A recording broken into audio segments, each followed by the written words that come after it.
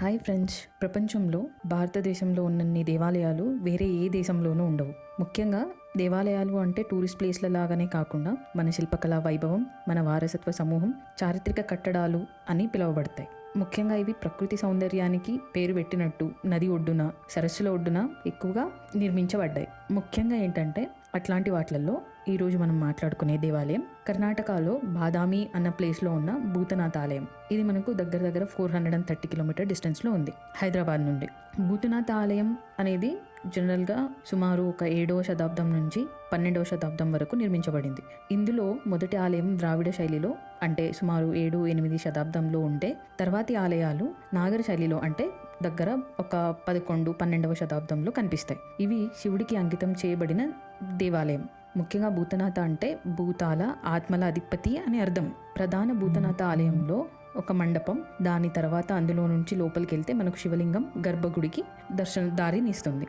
ఆలయం పైభాగంలో 3 అంతస్తుల ద్రావిడ విమానం ఒకటి ఉంది. ముఖ్యంగా ఇందులో ఏంటంటే మల్లికార్జున ఆలయం, నాగర శైలి, కళ్యాణి చాళుక్య శైలి లక్షణాలు కల్పించి ఉంటాయి.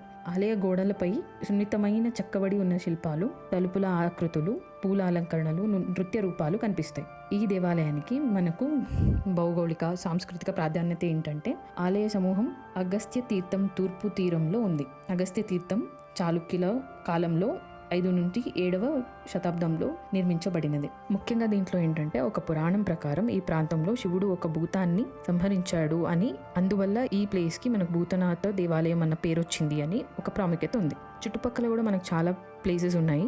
లైక్ బాదామి గుహాలయాలు, 6వ శతాబ్దంలో చెక్కిన రాతి గుహ దేవాలయాలు చాలా ఉన్నాయి. బాదామి కోట ముఖ్యంగా మనకు అగస్త్య తీర్థం అంటే అగస్త్య సరస్సు పైన కొండపైన ఉంది. చూడడానికి చాలా బాగుంటుంది. ఇందులో ముఖ్యంగా దేవుడు శివుడు. నిర్మాణ శైలి వచ్చేసరికి మనకు ద్రావిడ నాగర శైలిలో ఉంటుంది. ప్రకృతి సౌందర్యంతో కూడిన చాలా మంచి ప్లేస్ ఇది.